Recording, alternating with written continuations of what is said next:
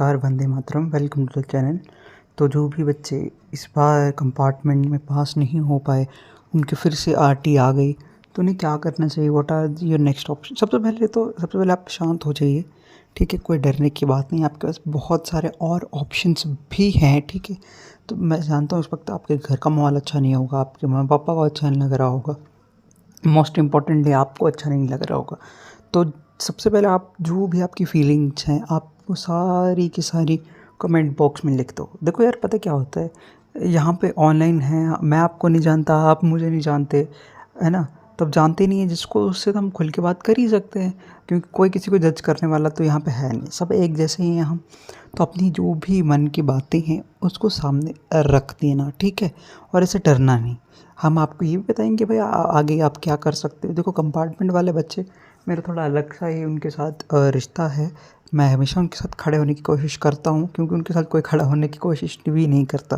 तो देखो, हम अब बात करते हैं अब आगे क्या क्या कर सकते हो, और फिर आगे कुछ और बातें करेंगे। तो देखो, सीबीएसई ने जिस दिन रिज़ल्ट आया उस दिन, उससे एक दिन पहले एक सर्कुलर निकाला था, जिसमें उन्होंने बताया था कि आप रीवैल्यूएशन कैसे करवा सकते हो, ठीक है। अब इन्होंने क्या कहा था, from the 4th day of the result to 5th day of the result, ठीक है। मतलब 2 दिन होंगे आपके पास वेरिफिकेशन ऑफ मार्क्स कराने के लिए। देखो, वेरिफिकेशन ऑफ मार्क्स कराने के लिए मतलब 4th day to 5th day, 2 को आया, तो मतलब 6th और 7th ऑफ अगस्त तक आपके पास टाइम रहेगा इसको करवाने के लिए। अब इसमें होगा क्या, वेरिफिकेशन ऑफ मार्क्स में होगा क्या? देखो, जो वेरिफिकेशन ऑफ मार्क्स होता है उसमें क्या होता है, मान लीजिए आपको टीचर ने 1 नंबर दिया, कहीं पे 2 नंबर दिए, कहीं पे 3 नंबर दिए, ठीक है। और इन टोटल करने में उससे गलती हो गया, आपके बन रहे थे 35, उसने आपको दे दिए 30। तो यहाँ पे क्या होगा, उसको फिर से काउंट किया जाएगा। फिर क्या होगा, आपके अगर मार्क्स बढ़ने होंगे तो बढ़ जाएंगे, जिसमें बहुत ही कम होता है कि ऐसा हो, ठीक है। अगर नेक्स्ट स्टेप आपके पास क्या है कि आपको एक स्कैन फ़ोटोकॉपी मिल सकती है। इसको आपको 1 2 3 दिए जाएंगे स्कैंड कॉपी। अब इसमें क्या होगा कि स्कैंड कॉपी का मतलब क्या होगा, अगर आपको मान लीजिए वेरिफिकेशन ऑफ मार्क्स आपने करवा लिया लेकिन आपके मार्क्स नहीं बढ़े, तो आप क्या कर सकते हैं, आप एक स्कैंड कॉपी मंगवा सकते हैं। अब स्कैंड कॉपी में क्या होगा, आपकी जो भी आंसर शीट है ना, वो आपको दे दी जाएगी। आपके आंसर शीट जो है वो आपको दे दी जाएगी। आप क्या करेंगे, उसको पढ़ेंगे, देखेंगे पीडीएफ, आपको जो मार्क्स मिले हैं, है ना, किस तरीके से आपने आंसर लिखा था।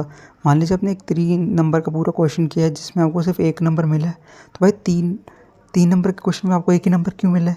आपने एनसीईआरटी से देखा, हाँ भाई उसमें तो बिल्कुल आंसर एक जैसा है, सिमिलर आंसर्स हैं, जो आपने लिखा है वही आंसर है। तो आप क्या कर सकते हो, फिर आप 3rd स्टेप में जा सकते हैं, रीवैल्यूएशन पे। रीवैल्यूएशन अब क्या होगी, रीवैल्यूएशन आप क्या बोलोगे कि हाँ, आपको कुछ पैसे लगेंगे, ठीक है। जिसमें आप क्या कर सकते हो कि आप क्या कर सकते हो कि भाई मेरी जो नोटबुक है, तो मेरी जो आंसर शीट है उसको फिर से चेक किया जाए, स्टार्टिंग से चेक किया जाए। आपके स्टार्टिंग से चेक हो गए, और सबसे ज़्यादा चांसेस जो होते हैं वो इसी में होते हैं आपके मार्क्स बढ़ने के। याद रखिएगा, ये सारा कुछ 5th और 6th अगस्त से स्टार्ट होगा, ठीक है।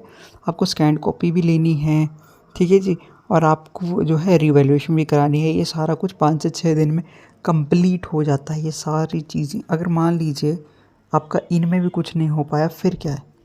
तो देखो, कंपार्टमेंट का जो आपके पास 3 मौके होते हैं, 3 चांसेस होते हैं आपके पास, ठीक है। अब जो नेक्स्ट होगा वो होगा फेब 2025 में आपको फिर से कंपार्टमेंट एग्ज़ाम होगा, जिसके लिए आप रजिस्टर कर सकते हो सितंबर 2024 में, ठीक है। और आपको 3 चांसेस मिलेंगे। और आपको बात ये याद रखनी है, आपके टीचर्स के अपने नंबर ले लेने हैं, क्योंकि अब जब आप कंपार्टमेंट एग्ज़ाम दोगे सेकंड टाइम, तो आप एक प्राइवेट स्टूडेंट होंगे, ना कि एक रेगुलर स्टूडेंट नहीं होंगे, क्योंकि आपका पहला जो भी काम था वो आपका स्कूल कर रहा था, लेकिन अब आप खुद करोगे, सारा कुछ ऑनलाइन होगा।